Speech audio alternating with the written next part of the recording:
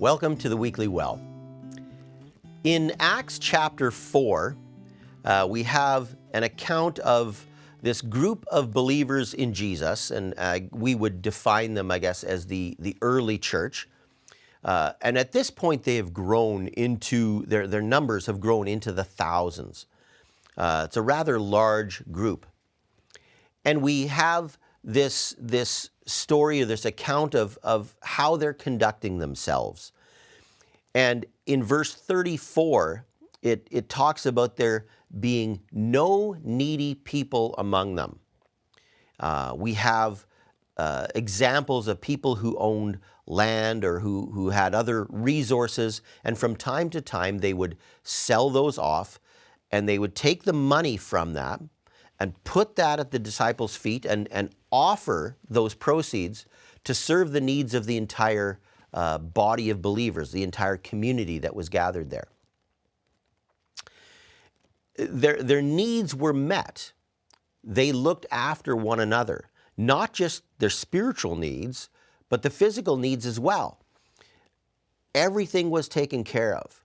You see, there were no government systems or welfare or anything else to take care of the needs of people who lacked resources. The church did that. And so those who had took what they had and used it to benefit those who didn't have. And so for me, the lesson is really, really clear here in this passage of how we as the church, as God's people, as followers of Jesus, how we are supposed to act and behave. And it actually goes all the way back to Genesis, to when God gave Abraham his blessing, this threefold blessing, that he would have land, that he would have descendants. But then he tells Abraham that all nations on earth will be blessed through you. God was going to bless Abraham and the Israelites in order that they would be a blessing to those around them. Here we have in this church in Acts, these people who were blessed materially, blessing those around them. We have the apostles who are blessed spiritually, using those gifts to bless the body spiritually. For us, we have been blessed in whatever way that might be.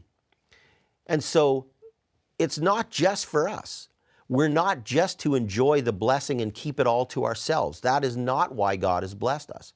He has blessed us so that we in turn can be the blessing.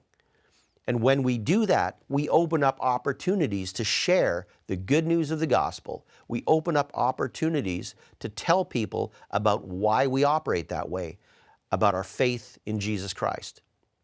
And so let me encourage you, as you go throughout your week, as you see where you've been blessed, as you experience the blessing of God in whatever way that is, that you would then also seek to be a blessing to the people around you. That's the example we have from Scripture. That's what we have been called to be. Be the blessing. I pray God would bless you so that you can bless others. Thanks for tuning in, and we'll see you next week.